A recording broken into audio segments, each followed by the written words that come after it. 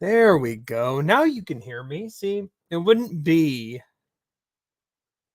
me hosting a show if we didn't have technical difficulties. What is good, YouTube? Man, it is Saturday night. Feeling good.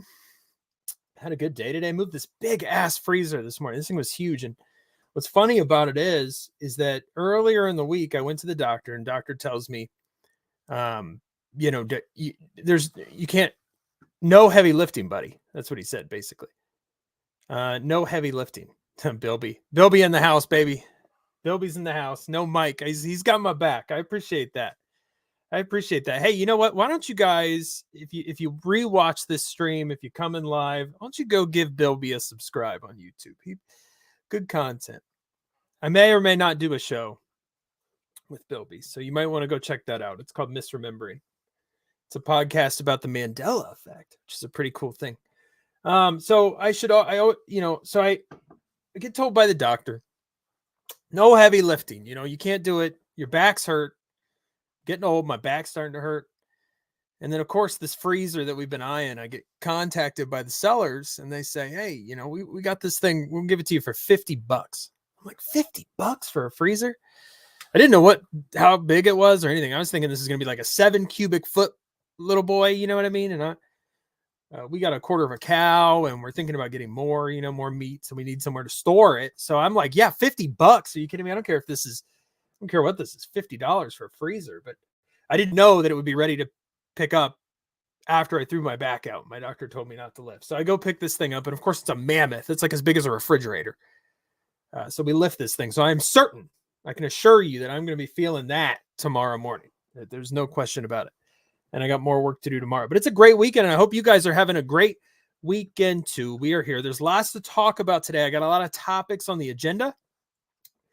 I want to talk. I would be remiss if I didn't touch on the releases from WWE this week. I think I got to touch on that. I've got some comments that might be a little spicy or juicy. I don't know, but I got some takes on that. We'll talk through them.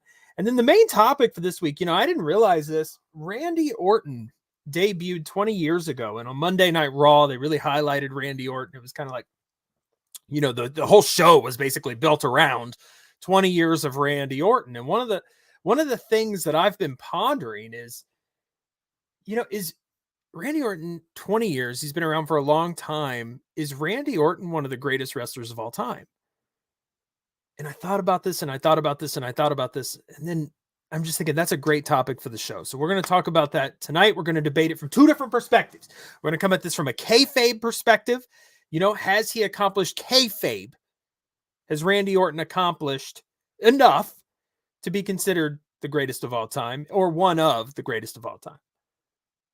And then we're going to come at it from from a smart wrestling fan, a smart perspective of, is Randy Orton one of the greatest of all time? So we're going to look through that and we're going to talk through that. And then finally, I kept hearing feedback about this freaking match from Dynamite between the two members of FTR.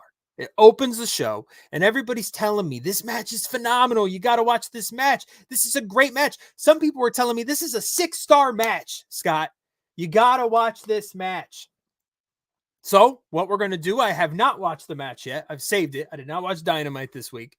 So what we're going to do is live, I'm going to watch the match and you're going to get my instant reaction to the match as I watch it live. Now I will say, I cannot stream the match. I got to make sure that you guys can't even hear the audio of the match because AEW and TNT will strike my channel so fast, it'll make my head spin.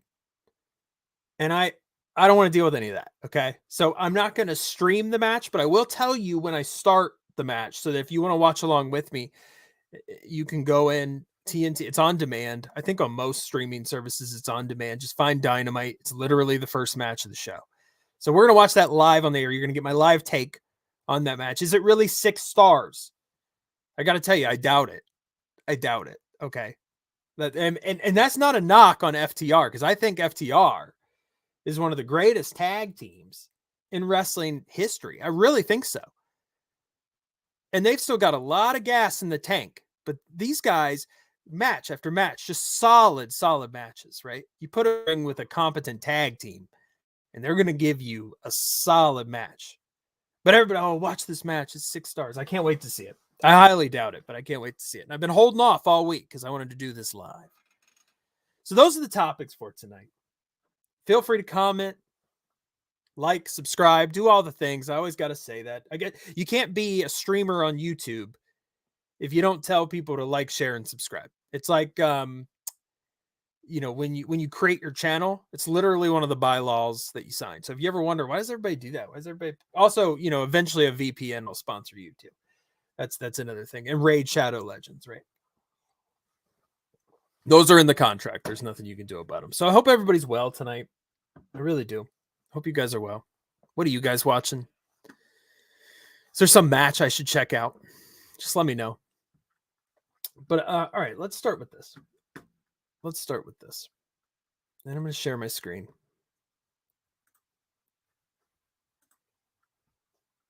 And we're going to kick off with this tonight. All right. So earlier in the week, I found out that several wrestlers from NXT had been released. And this is like, at this point, I don't think we should be surprised, right? WWE's been cost cutting. They've been releasing wrestlers left and right. We see it all the time. WrestleMania has come and gone. So it makes total sense to me.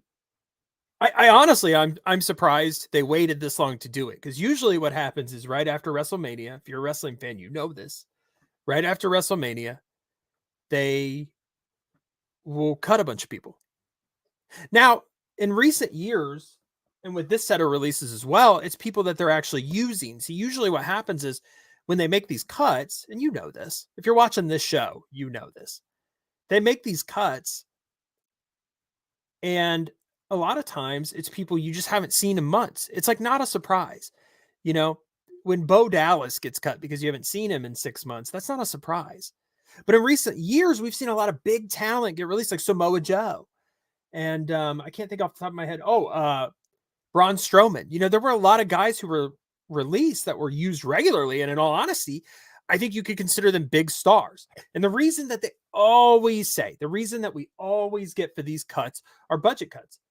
Now, remember, WWE has made more money during the pandemic than they've ever made. They're more profitable now as a company than they've ever been in the past. So a lot of people question, well, why do you have to keep cutting the budget when you're so profitable? Now, this round in particular of releases, okay, it's a list of names. Many of them you probably have never heard of. And if you have heard of them, you're a pretty hardcore fan.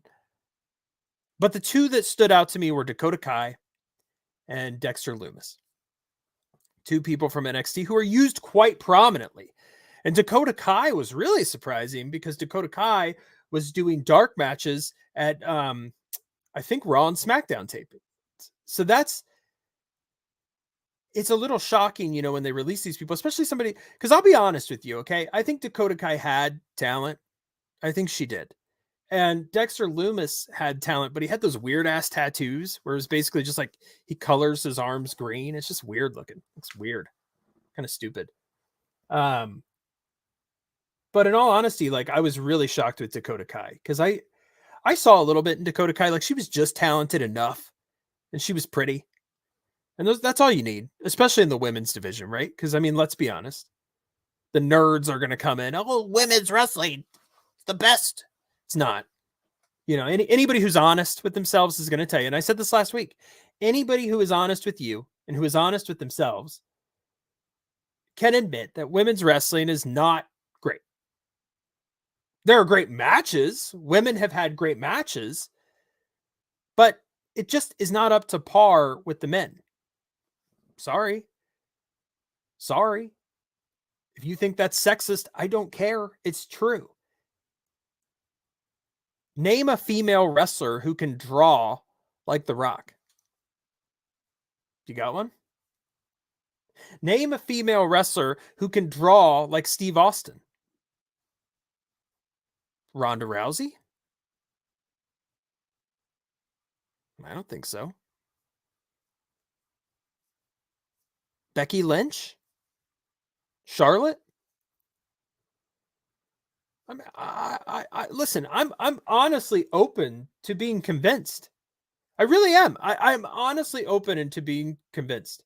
And I know that back in the day, you had some great women's wrestling in Japan. You still do. Stardom is good, but it just isn't up to par. It's just not. Now, again, you're going to have great matches like Becky Lynch and what Bianca Belair put on a fantastic match at WrestleMania. It could have been match of the night. If that was your match of the night at WrestleMania, I don't think anybody's going to disagree with you there. But can you honestly tell me that Becky Lynch draws as much as Steve Austin? I'll go. You know what? I'm shame on me because I'm going some of the greatest of all time. Let's just take a step back. Roman Reigns. Does Becky Lynch draw more butts into the seat than Roman Reigns? I don't think so. So again, I knock women's wrestling. I'm not knocking it. I still think women put on a good quality product. I still think the matches can be solid.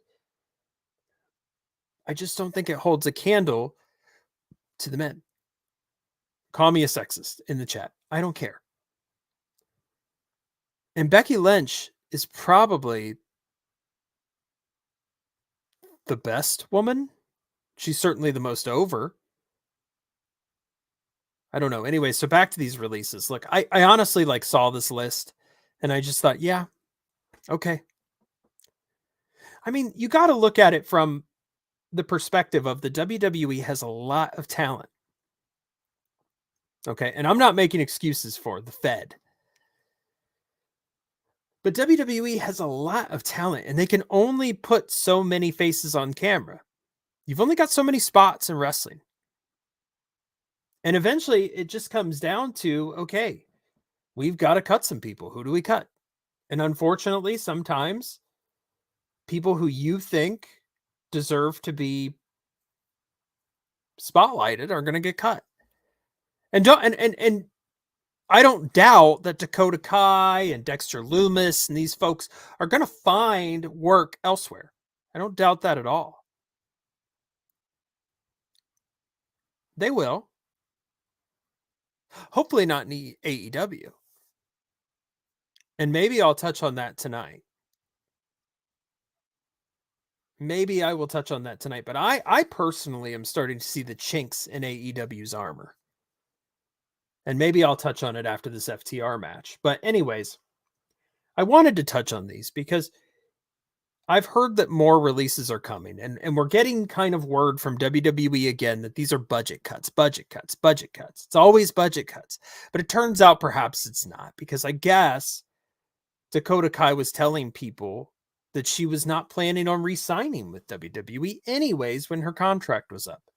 So perhaps WWE sees the writing on the wall and says, well, let's just cut her now. I don't want anyone to lose their job, and I hope she lands on her feet. I'm certain she will. But you have to understand there's only so much television time that WWE can give. They can't put everyone on television. It's also important to note, and again, I'm not making an excuse for WWE. I think this is actually ridiculous, but it's important to note that they are moving very far away from Hunter's brand of NXT.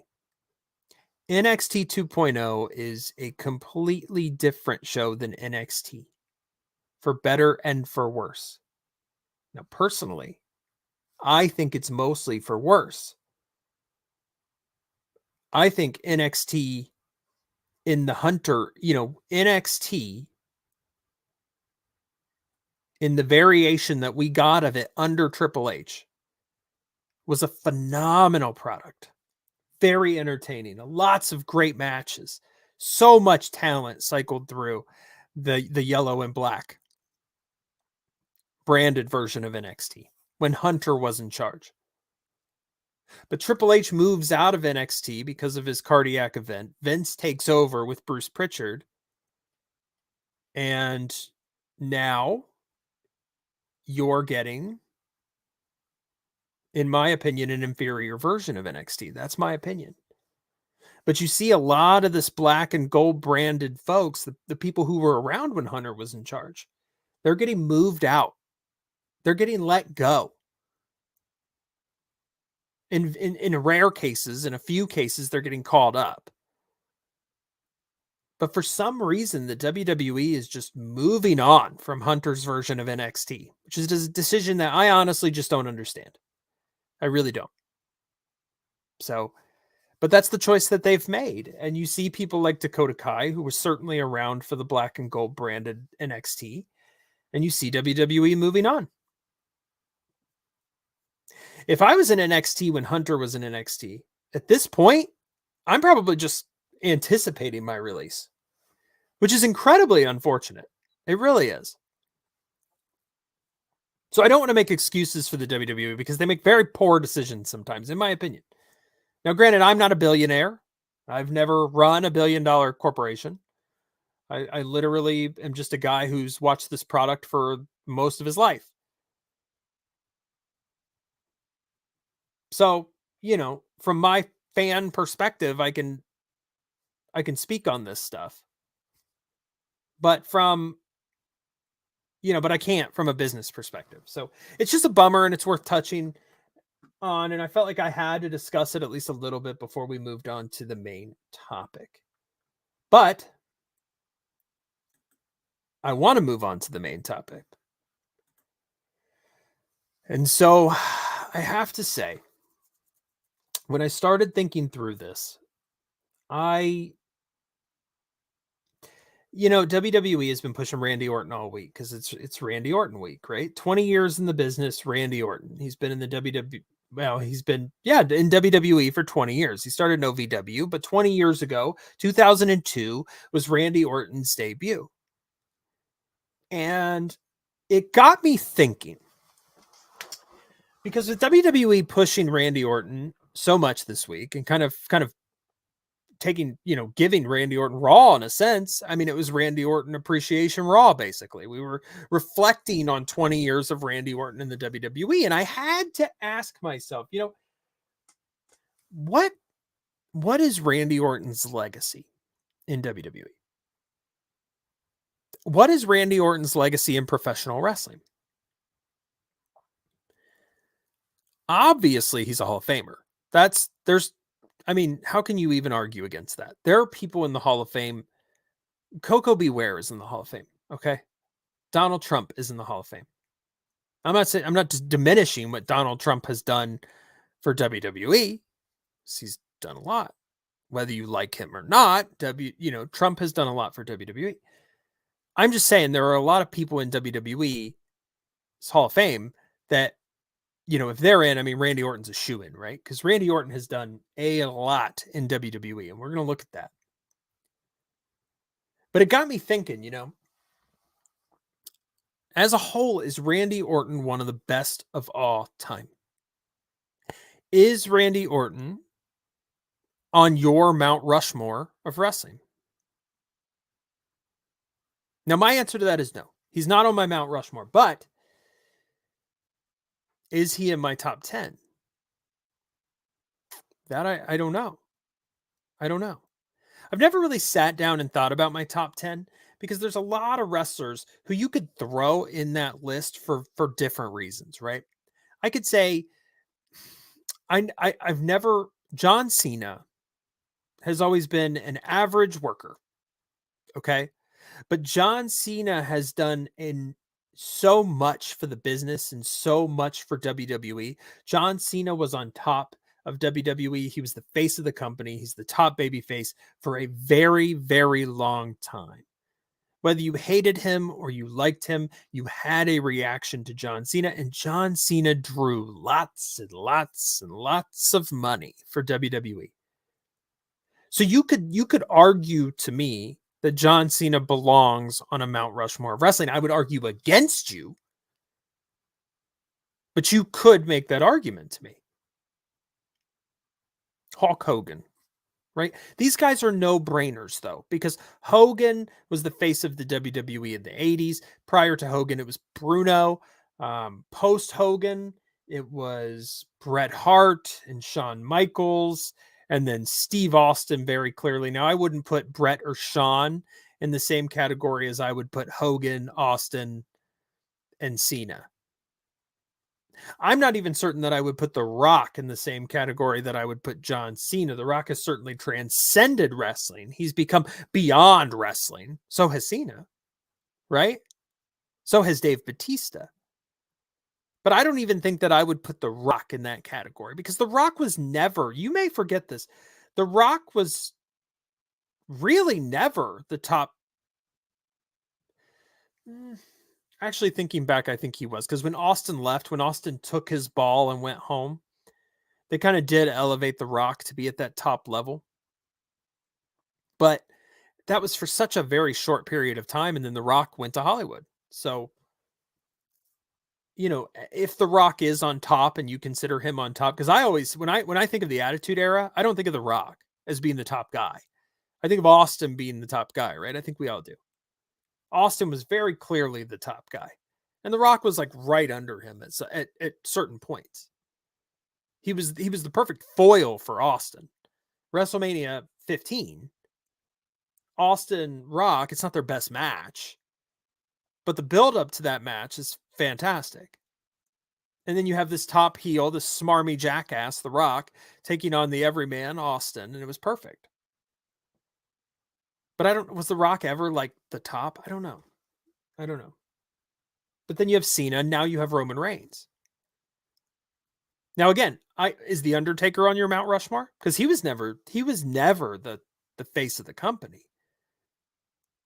But yeah, you could make that. Triple H, you could make that argument, right? I mean, these are guys that like they don't come to everybody's like head. Like I don't think Triple H, you know what I mean? Ric Flair, yes. Triple H, no. But Triple H has done so much for wrestling that he's also a top guy, right? So going back to the question at hand, is Randy Orton at that level? And I want to come at this question again from two perspectives. I want to come at it from the kayfabe point of view. I want to come at it from the wrestling is real point of view. Okay. And that's where we're going to start. We're going to start from the wrestling is real point of view. Okay. So I'm going to go to Pro Wrestling Wiki. I am going to go to prowrestling.fandom.com and we are going to take a look at Randy Orton from a kayfabe perspective. And the way that we do that is really starting with championships. Because from a kayfabe perspective, from a wrestling is real perspective, you are only as great as your accomplishments, right? So from kayfabe perspective, Randy Orton is incredibly decorated. Randy Orton has achieved the greatest heights that you can achieve in this business. Now, you can argue AEW is fantastic. New Japan Pro Wrestling is fantastic. We love them. We love ROH, Impact Wrestling. We love all these promotions, but they are not WWE. You have WWE, you have WCW, and then you have everything else. I hate to say that, but that is true, right? The two biggest promotions in my lifetime are WWF and WCW. That's just the truth. So they are elevated. They're at a level above everything else. But let's look at what Randy Orton has accomplished from a kayfabe perspective. He's a two-time Royal Rumble winner. That in and of itself is impressive. 2009 and 2017. He's a former Money in the Bank winner in 2013. I believe he turned that in for a WWE championship.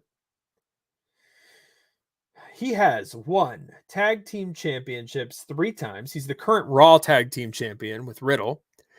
Matt Riddle, RK Bro, fantastic tag team, by the way. One of the better parts of the current generation of WWE. Also, that mustache he's rocking these days, chef's kiss for that thing, right? He's a former one-time United States champion, a one-time Intercontinental champion. He is a former World Tag Team champion. And you got to, the belts go through these different transitions with Edge. Rated RKO, another fantastic team. And see, as I name these teams off, you're going to be like, yeah, I remember when Orton did that. I remember when Orton did that. And that's the thing about Orton. right? From a non-kayfabe perspective that I will get to, but first we're going to start with kayfabe. So you look here. Here's the combination of WWE Championship and WWE World Heavyweight Championship. He is a 10-time champion. 10 times. He's a Grand Slam champion. He's a Triple Crown champion. Randy Orton is decorated. You look at this list, and even just the Royal Rumble wins plus the title wins, that alone is enough to say Randy Orton belongs in the conversation of greatest of all time, right? I mean, I think that's fair. Take a look at notable feuds. Now, this fits kind of in the kayfabe and non-kayfabe category. But when we look at who Orton has feuded with, you got Daniel Bryan, you got Shawn Michaels, Seth Rollins, Undertaker, Rey Mysterio, Mick Foley, and that Mick Foley feud. Edge, John Cena, Batista, Triple H. And I mean, this list continues. This is just a smattering of some of his greatest opponents. But Randy Orton has wins against many of these people. Okay. So it really is tough to argue from a kayfabe perspective that Randy Orton is one of the greatest wrestlers of all time. He is certainly one of the most decorated wrestlers of all time.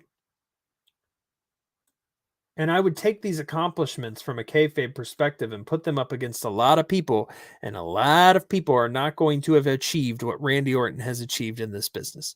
So from a kayfabe perspective, I think we can all agree, and I think it's very easy, and I don't think anyone's going to disagree with me, that Randy Orton is one of the greatest wrestlers of all time. Right? I think that's fair. Now, let's look at it from a non-kayfabe perspective, okay? So let's look at this from a smart perspective or a smart fan perspective, all right? Orton has been at the top of the company several times. He's never the top guy, but he's always alongside the top guy. Randy Orton has been the foil for the top guy many a times. He has wrestled John Cena so many times that the last time I saw them wrestle, I was sickened by it because I'm like, dude, I have seen this match 1,000 times. Randy Orton is that wrestler that is sneakily always around. And even though it may not seem like it on the surface, Randy Orton has reinvented himself a lot. I mean, if you remember the Legend Killer, right? Then he's in these teams. Then he's the Apex Predator. He's the Viper. He was in Evolution. Rated RKO, Legacy. Look at these stables. Look at these tag teams and stables. And let's just run down these. I mean, Evolution. Ric Flair, Batista, Triple H. Evolution was a phenomenal stable. Very akin. If you weren't around for Evolution, I would highly recommend that you go back to the WWE Network or Peacock or wherever you watch your wrestling. And I would highly recommend that you go back and watch some of the Evolution stuff, because this is Triple H, this is Batista, this is Ric Flair, this is Randy Orton. It was a phenomenal stable that was akin to the Four Horsemen. I mean, you got Four Horsemen vibes very heavily when you saw Evolution. Rated RKO with Edge. Great stuff. Legacy, Cody Rhodes, Ted DiBiase Jr. Legacy, remember that? The Authority, I hate the Authority. I hate that stable and that storyline, but it was the top heel group for a while. It's gross. And then now RK Bro with Riddle.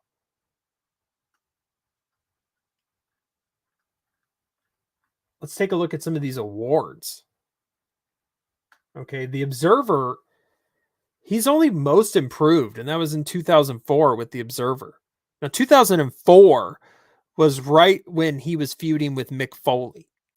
And that feud with Foley, man, the great, Foley is, okay, look, Mick Foley is also one of the greatest of all time because Mick Foley is responsible for some of the most vivid memories that a wrestling fan who grew up at the same time I did, you will never in your life forget Foley coming off the cell. You're never going to forget that. That's burned into your brain if you are a wrestling fan. As probably one of the greatest moments in WWE history. But one of the things that Foley did so well was build the career of Randy Orton. Without that feud with Mick Foley, I don't know if Randy Orton would be the wrestler he is today. But Foley really elevated Randy, and you saw that was honestly, I mean, I always knew Randy Orton had the look, right? But that feud with Foley, I started taking Randy very seriously. And I think everybody did. That 2004 year for Randy Orton was a pivotal year in his career. He's not Triple H's lackey anymore. You get what I'm saying? So I understand why he would win Most Improved for the Observer for 2004. What I'm surprised about is that he hasn't won other awards from the Observer. And it just goes to show you how underappreciated Randy Orton is. If Randy Orton is not the greatest wrestler of all time, Randy Orton is certainly in the top 5 of underappreciated wrestlers of all time. And maybe underrated. I was thinking through Orton and Triple H because if you look here, PWI, okay, what did I see here? Feud of the year in 2009 with Triple H. And I was like, I vividly remember when, was it Randy Orton showed up at Triple H's house or Triple H showed up? I think it was Triple H showed up at Randy Orton's house with the sledgehammer or whatever. And they did that like terrible acting though, where like Triple H was basically a horror villain and he was coming after Randy Orton. Do you guys remember this? Now you look at PWI. Check this one out. PWI's most hated wrestler of the year, 2007 and 2009. Most improved wrestler of the year, 2004. Same year the Observer gave it to him. Most popular wrestler, 2010. Rookie of the year, 2001. I mean, in 2008, okay, in the PWI 500, Randy Orton was ranked number 1. And he was wrestler of the year in 2009 and 2010. Again, some of the big feuds, too, that come to mind. Foley and Edge. Cena. Triple H.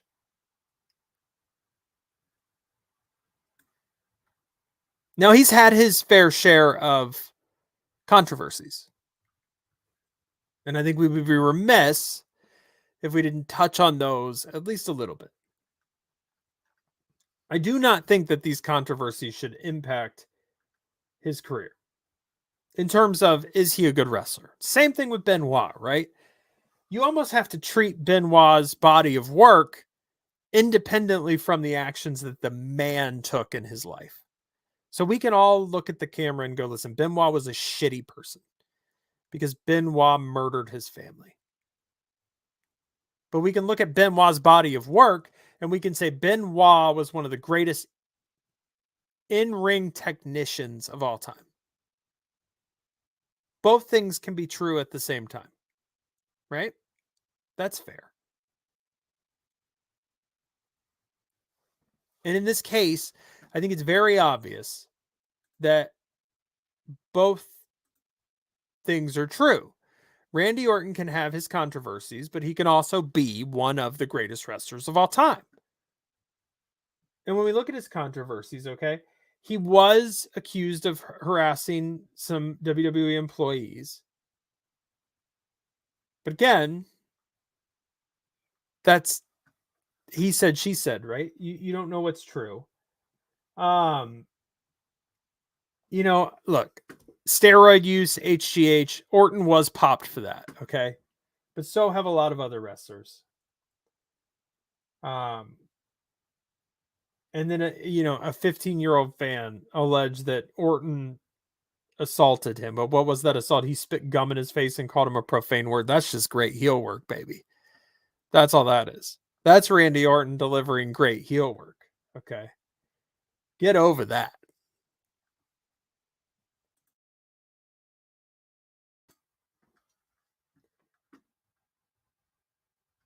There's the Marine Corps stuff. There's other stuff. But I think at this point, it's fair to say, whether you look at Randy Orton's career from a kayfabe perspective or you look at it from a smart wrestling fan perspective, Randy Orton is one of the greatest wrestlers of all time. Is he top 10? I don't know. Is he top 20? Probably. I think Randy Orton would be in my top 20. I would have to really think about that, but I will throw a couple names out here. Okay. I want to throw a couple names out because I think, and I'm going to take this away. I think, you're going to come at this question from so many different points of view. If you are someone who values in-ring work more than anything, then your greatest wrestler of all time could be Kenny Omega, Bryan Danielson,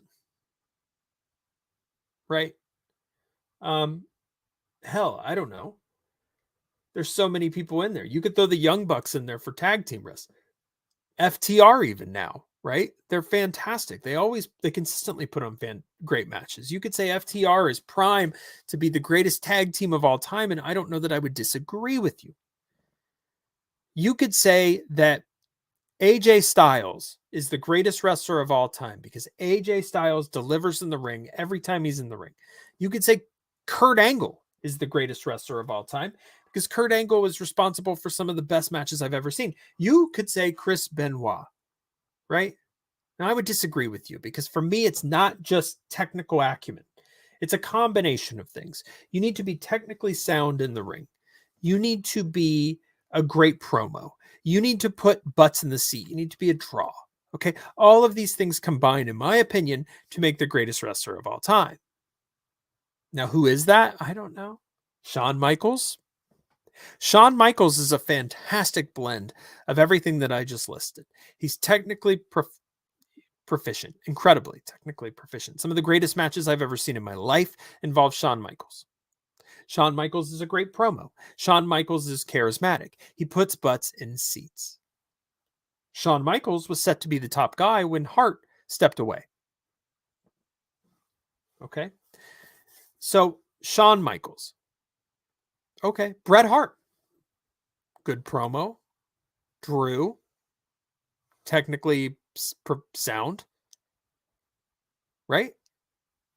You could argue with me that Hogan is the greatest of all time, but Hogan was not a great technical wrestler. He did what he needed to do to draw money. That's what Hogan did. Hogan lifted the big guy. Hogan always had some monster that he was feuding against. But you could make the argument that we kind of talked about this before. You could make the argument, okay? But listen to me. I'm going to throw some names out, and I want you to tell me who's better, Randy Orton or Kenny Omega. Who has done more for the wrestling business? Who has accomplished more, regardless of what promotion they're in? Okay? Let's start with Kenny Omega. Is Kenny Omega better than Randy Orton? I don't think so. Has Kenny Omega wrestled in what might be the best match I've ever seen in my life with Kazuchika Okada? Maybe. Probably. But that one match alone and some of the other matches he's had does not make him the best wrestler. Randy Orton has achieved more and done more for the business for a longer period of time than Kenny Omega. Okay. Well, let's throw out another name. Adam Cole. Is Adam Cole a better wrestler than Randy Orton? No, I don't think so. Let me throw this name out because this might be the most controversial comparison I can make, but I actually think it's a pretty apt comparison. Randy Savage. don't know. Is Randy Orton better than Randy Savage? Wow. Think about that. Just think about it. Okay. On its surface, you're going to tell me that's ridiculous, Scott. You are ridiculous. Randy Orton compared to Randy Savage? Are you kidding me? The Macho Man? But think about it for a second. Isn't Randy Orton the modern day Randy Savage? I mean, he's not. Randy Orton is not as charismatic as Randy Savage. But Randy Savage was always the number 2 guy. Even when Randy Savage was world champion, was WWE champion, he was always kind of booked behind Hogan, right? Hogan was still the top guy, and Savage was always beneath Hogan. Even in WCW, Savage comes to WCW and he's still behind Hogan. So Savage has always, at best, been the number 2 guy. That doesn't deflate the career of Randy Savage. Okay? Because Randy Savage is also one of the greatest of all time, in my opinion. But isn't Randy Orton that? Isn't Randy Orton always kind of right under that top guy? Isn't he always the foil of the top guy? Randy Orton is always in that picture. And so is Randy Savage. So I actually think that the Randy Savage, Randy Orton comparison is a very apt comparison that is very, very, it's very in line, right? It's not absurd. On its face, it sounds absurd, but it's not absurd. So to circle around and just answer the question, just ask yourself, where is Randy Orton on your list? Is Randy Orton in your top 20 of all time? Is Randy Orton in your top 25 of all time? Is he in your top 10? Comment in the comment section below and let me know what you think. Am I completely offline in my comparison of Randy Orton and Randy Savage? Because I just don't think I am.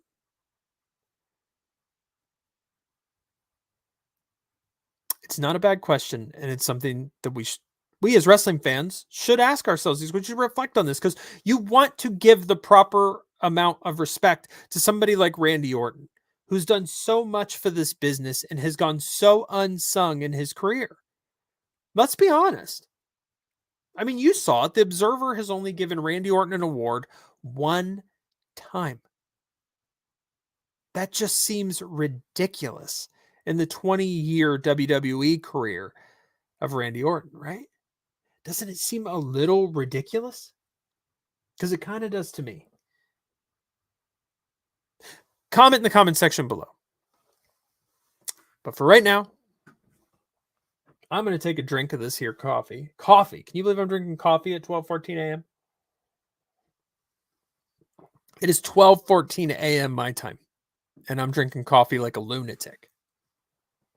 You would think I'm a crazy person. All right, let's get to this match. Okay, look, let me preface this. I do not believe this is a 6-star match. I have looked at other reviews. Other reviews have said this is not a 6-star match. This is like a 4 out of 5. 4 out of 5 star match, which is exactly what I would expect. Because I would expect the two members of FTR, to put on a fantastic match. But do I expect them to put a 6-star match on? No. But I did hear some people say, oh, you got to watch this match. This match is so freaking good. You got to watch it. It's so fantastic. It's so worth a watch. Yada, yada, yada, yada. I heard all the yada, yada. Okay. So I'm going to take these headphones off. And I'm going to put a different set on. Because the truth is, I can't let any of this audio get out. Because if I do, I'm going to get, I said it in the beginning of the show, I'm going to get copyright stricken. Okay. And I don't want that for my little channel. I'm trying to grow this little channel into a big channel. A big, beautiful channel. And I cannot let myself get copyright. So what I'm going to do is we are going to watch this match live right now. Okay. Now this was on Wednesday's Dynamite.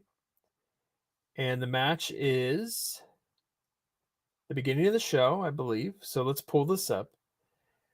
And before I hit play on this, I want to give you time if you want to join me. Actually, I will hit play. Okay. CM Punk is coming out. So I'm going to pause this right after CM Punk is introduced, and then we're gonna allow you to catch up. So I'll give you a few minutes if you want to watch this with me to catch up. I love Cult of Personality, man. How can you not? How can you not? Is Cult of Personality the greatest entrance music of all time? Maybe. Listen to that crowd go crazy for Punk, too. All right, we're going to pause it. All right, pause it. FTR's music just hit. So we're at the 1 minute and 36-second mark of Dynamite. So if you want to join me on this journey, we are at the 1 minute, 36-second mark of Dynamite. Okay. So come on in. I'm going to give you 1 minute. I'm not going to give you a minute. I'm going to give you like 30 seconds, and then I'm going to hit play on this, and we're going to talk through it. I do want to say about CM Punk. CM Punk is going to challenge Hangman Page for the AEW Championship coming up here. Do you think CM Punk should win that title? Because I kind of do. I haven't really been too impressed with Hangman's run with the title, and I know that's another controversial take, but I just haven't. And I think Punk is the guy. Punk's the top guy in AEW. There's no question about it. Punk is now the face of the company. He's the man. Between him and Bryan Danielson, those are your two biggest stars. It's just true. I mean, you got Sting, but Sting's old. Sting can't go like he used to. It's Punk and Danielson, right? All right, I'm going to hit play, and we're going to go 3, 2, 1. What I like about FTR so much is that they embrace the retro feel with their team. They're certainly a retro team, right? And they embrace that. They know that. Now they're coming out together. That's just interesting, right? They're facing each other off, but they never break up that tag team feel with these two. Because even though they're facing off against each other, they are a tag team at heart, plain and simple. Man, and the crowd is going nuts for FTR. Listen to the FTR chants. You want to talk about an over team? It's FTR, man. And you got to love it because these two have put so much into this tag team, right? I mean, just remember the revival in NXT and how phenomenal some of those matches were. FTR, by the way, the Ring of Honor Tag Team Champions. And they are going 1-on-1 today. Let's check it out.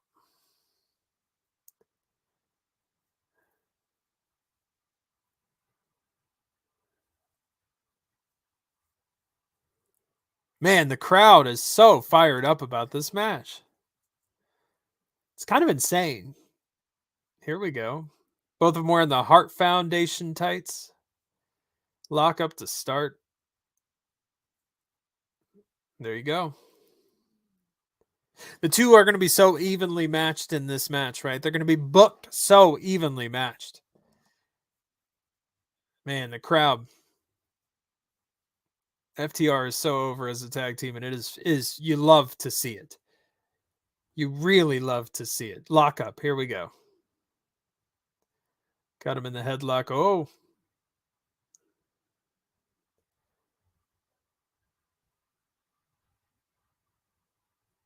Okay. Got control of the arm. Flipping it back. Oh. Roll through. Here you go. Yeah, there it is. Taking him down with the arm. Okay, kip up. Roll through. Takedown. There you go. Head drag takedown. Oh, there it is. And both men get up. It's a stalemate. Both men get up. Good start to the match. You know, you want to show these guys as even, right? You want to show these guys as even. There you go. Handshake. There it is. Staying friends, baby. I will admit openly that I'm an FTR mark. I freaking love FTR.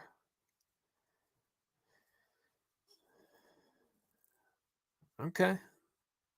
Lots of holds. Lots of back and forth holds to start the match. I don't know how much time they get. Curious. Again, this is the first time I've seen this match. I have not seen this match prior to live with you guys right now. Oh, shoulder block. There you go. Oh. Into the ropes. There you go. Arm drag. Oh. Body slam. Oh, yeah.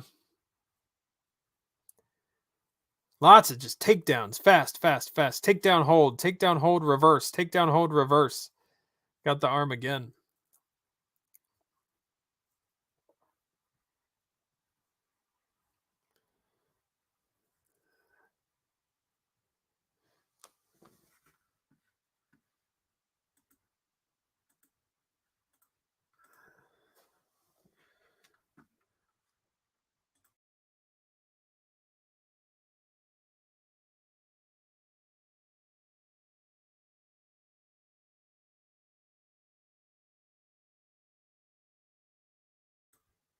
All right, Harwood is taking it a lot more seriously, going for the eye there, which is interesting.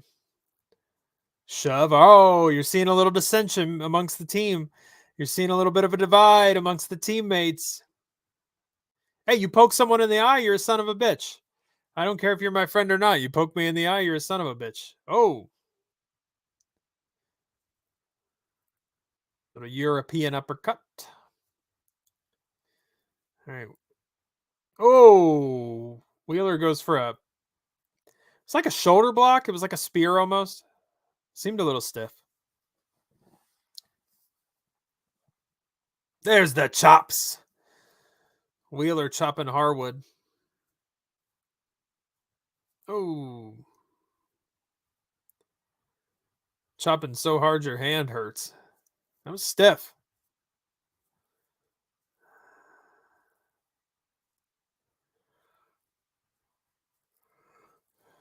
Got him in the headlock.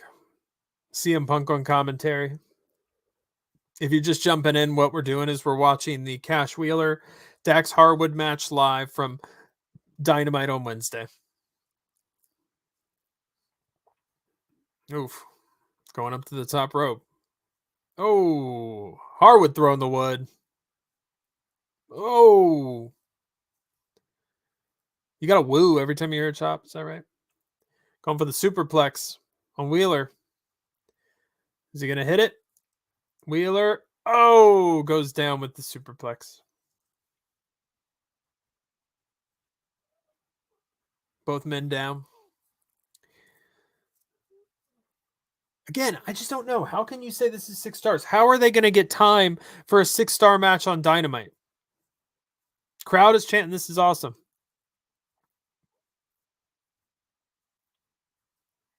Oh, they're in Philly? Okay.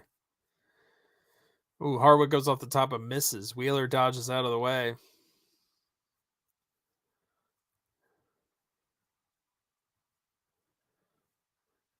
There you go. It is kind of cool.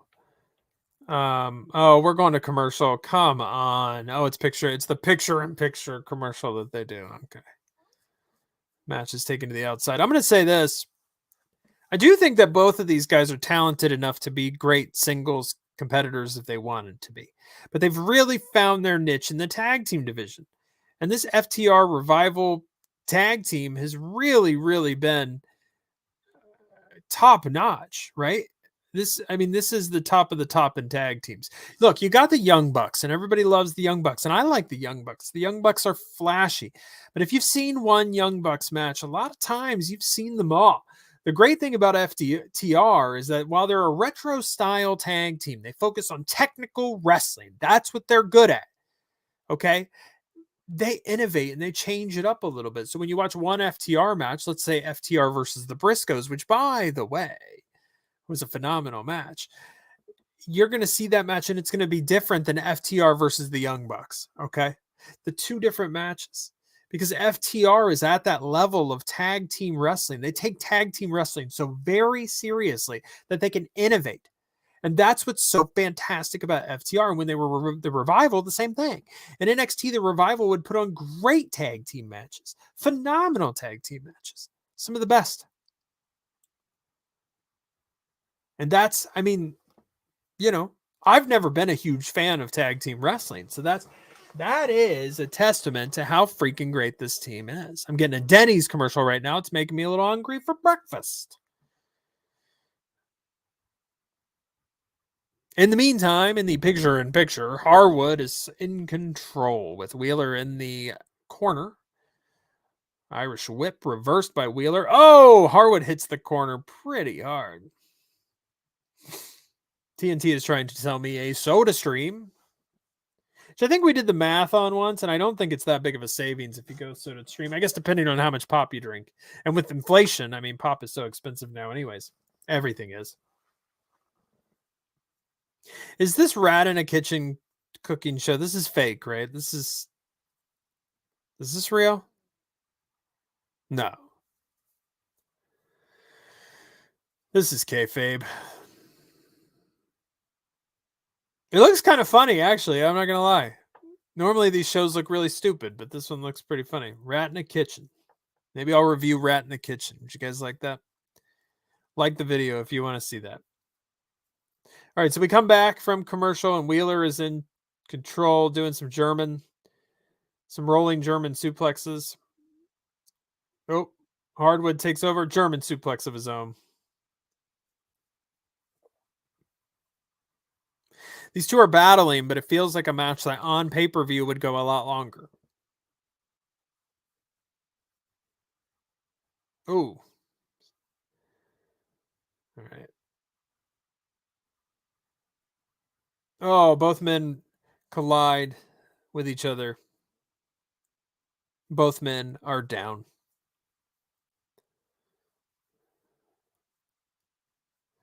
Harwood gets credit for that stash. It's a beautiful mustache. A+ mustache on that man.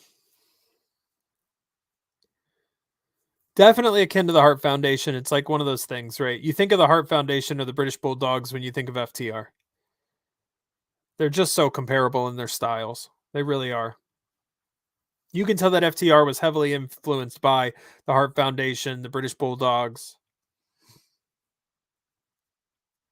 the Andersons.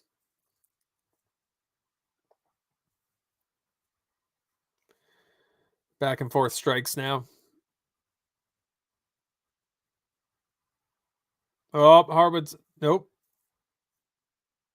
Oh, that was cool. That was cool. Wheeler went for like a pin and Harwood rolled it around and took the momentum. Pin again. 2 count.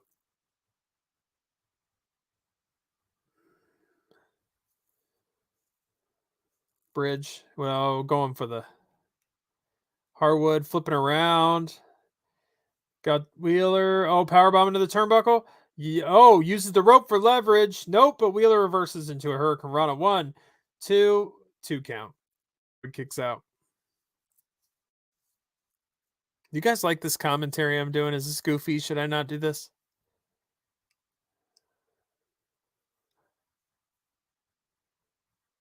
Oh. Harwood's got him. Got him. Oh, uses the rope. Pow. Sit powerbomb. 1, 2. Kick out. All right. So far, it's an entertaining match. It really is. Crowd chanting FTR again. Philadelphia loves FTR.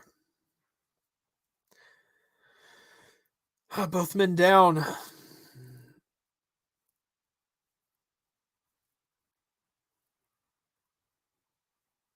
That's right. Midnight Express. It's another team. CM Punk, the Midnight Express call out. Tries a victory roll, but Dax, nope. Pile driver. Harwood kicks out after 2. The match continues.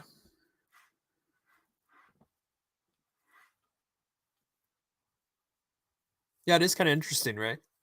The storyline here being that the 2 of these men are competing for the Owen Hart Memorial Tournament. They want to move forward, but you're also doing a lot of damage to your tag team partner, and you are the Ring of Honor World Tag Team Champions.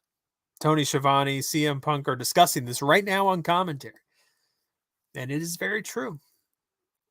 And it does. That's right. Excalibur talking about how this does add credibility to the Owen Hart tournament.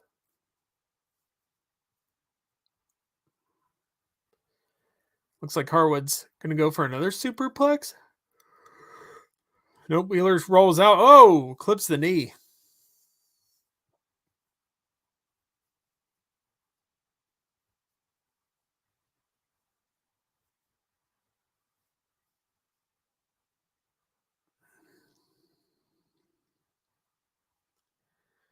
Wheeler's going for a backdrop off the top.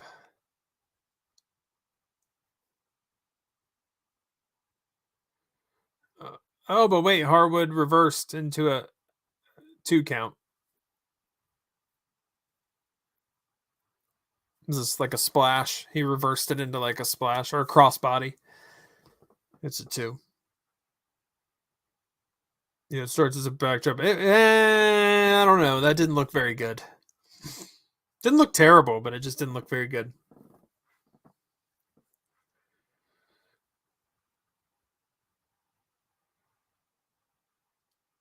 Drop down. Both go through the middle rope into the outside.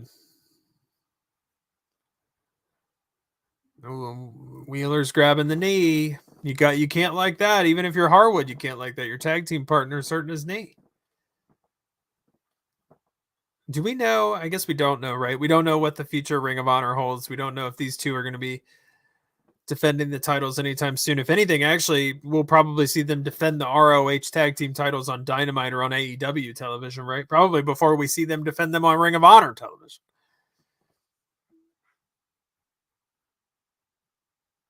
Both men are about to get counted out. 8, 9, and they're both in. I mean, this is good.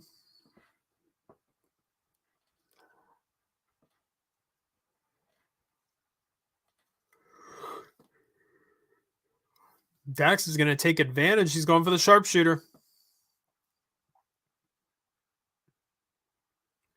He's thinking, do I turn him over? Do I not turn him over? What do I do? This is my tag team partner. Oh, nope. Second guessing himself. He's going for the stomps, but Wheeler is catching him. You should have not thought about that, buddy. Roll up 1, 2, reverse 1, 2, 3. Harwood gets the win. He thought twice about the sharpshooter, and I thought he was going to pay for that. Thought Wheeler was going to make him pay for that. Wheeler reverses it into a pin. Harwood reverses it into a pin, gets the 3. Dax Harwood is your winner. And we'll be moving on in the Owen Hart Memorial Tournament. And now here you go, hugging it out at the end of the match. Tag team partners to the end. Best friends forever. The FTR. The Ring of Honor Tag Team Champions. All right, that's the match. Let's go ahead and stop this. All right, so let's talk about this match. Did I think this was a 6-star match? No. No, I didn't. I think the hype was a little overbuilt. I don't remember where I saw the 6-star thing from or who I heard that from, but I do not think that was a 6-star match. Do I think it was a solid television match? Absolutely. Do I think it was an entertaining television match? Yeah. There was a lot of back and forth.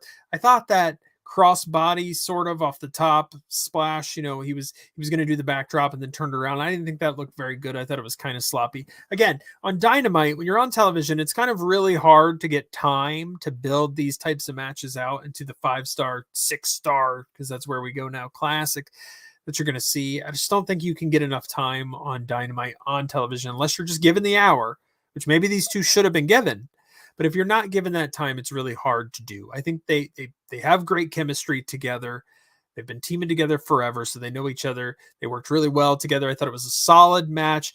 Dax Harwood winning is a little interesting to me. But again, it doesn't matter which one you think is the better singles competitor because they're fantastic tag team. If I had to give the match a star rating, I certainly wouldn't give it 6 stars. I would probably say it's kind of weird, right? Because for a television match with the crowd being as into that match as it was, 3 3/4. I would say 3 3/4 stars because they really weren't given the time. If they were given a little more time to really draw that match out, I think you could have easily approached the 4-star range or the 5-star range with these guys. Give these guys 35, 40 minutes. Let them go at it. And let's see. And I think you could have hit that 5-star range. I really do. I think these guys are good enough to do that. They certainly work well enough together as a tag team. But was it the 6-star match that I was promised? No.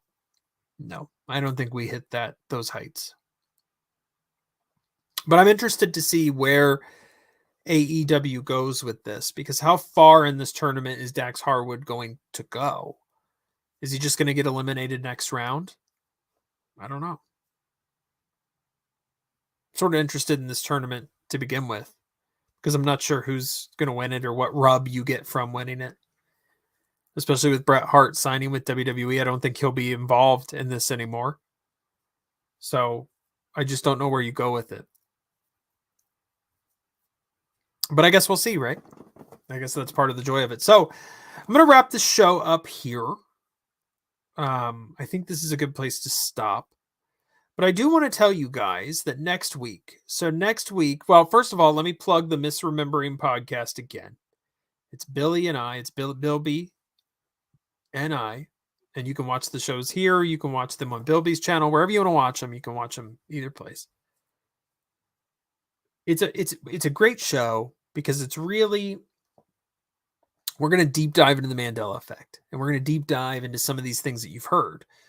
And we're going to discuss them and kind of look at them from maybe a little bit of a skeptical position where maybe you buy into the whole like, oh, everyone's just remembering everything wrong, which I think is a little silly.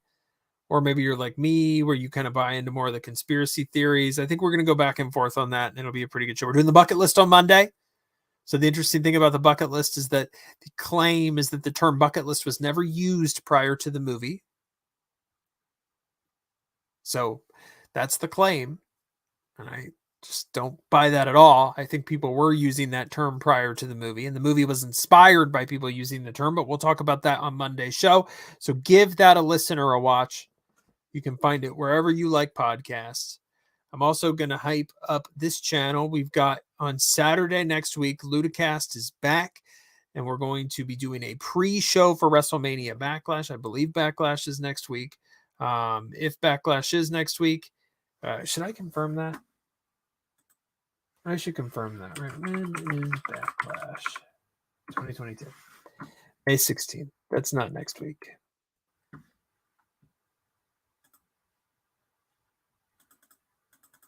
I think I'm a liar. I am a liar.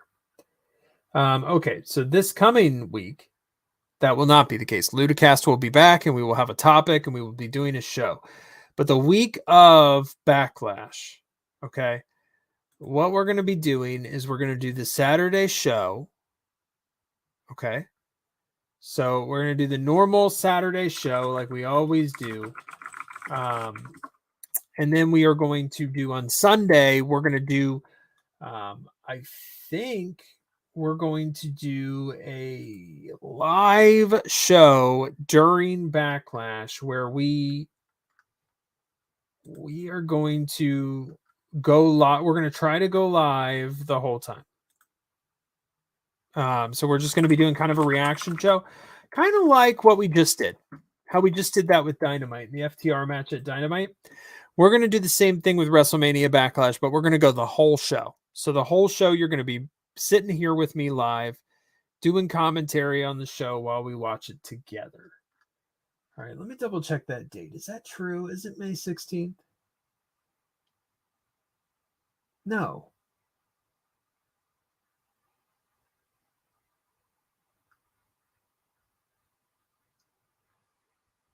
When in the hell is Backlash?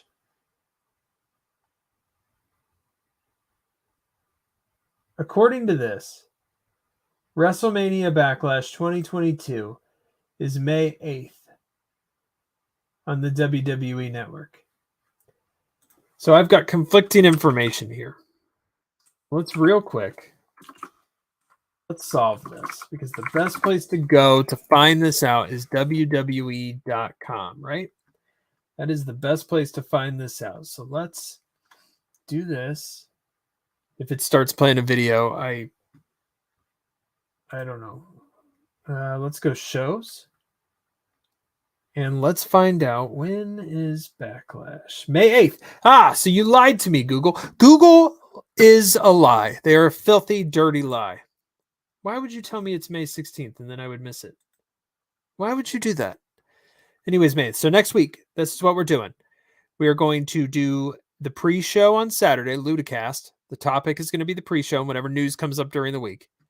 But the majority of what we're going to talk about is the WrestleMania Backlash pre-show. And then the Sunday, the day after, we are going to go live during Backlash. And we're going to spend hopefully 3 hours together while I watch Backlash. You're more than welcome to watch it with me, and we'll talk through it, and I will give my commentary on it, and I will give star ratings to matches as we go. So if you like that sort of thing, you're going to get that sort of thing next week. Next week. This May 8th is Sunday. It is. So we're going to do that live on Sunday, and I'm going to be really tired the next day at work. I pray that I do not have a ton of meetings. But that's what we're going to do. So that's what's coming up on this channel. If you didn't join us live, but you watch us on the replay, thanks for watching. If you stuck through this thing for an hour and 12 minutes, thank you for watching. Please give me a like, share, and a subscribe so that others can join in on the fun with us. I appreciate you more than you know. So thank you. I don't know if I'm going to cut this up into segments and post the segments, or if I'm just going to post the whole thing. But I do appreciate you watching. Join me next week for the pregame show for Backlash and for the live coverage of Backlash. Thank you very much. I hope you guys have a fantastic week. I really do. Please leave in the comments anything you want, but particularly, what star rating would you give that FTR match? And is Randy Orton the greatest wrestler of all time? Thank you all very much. I will see you all next time.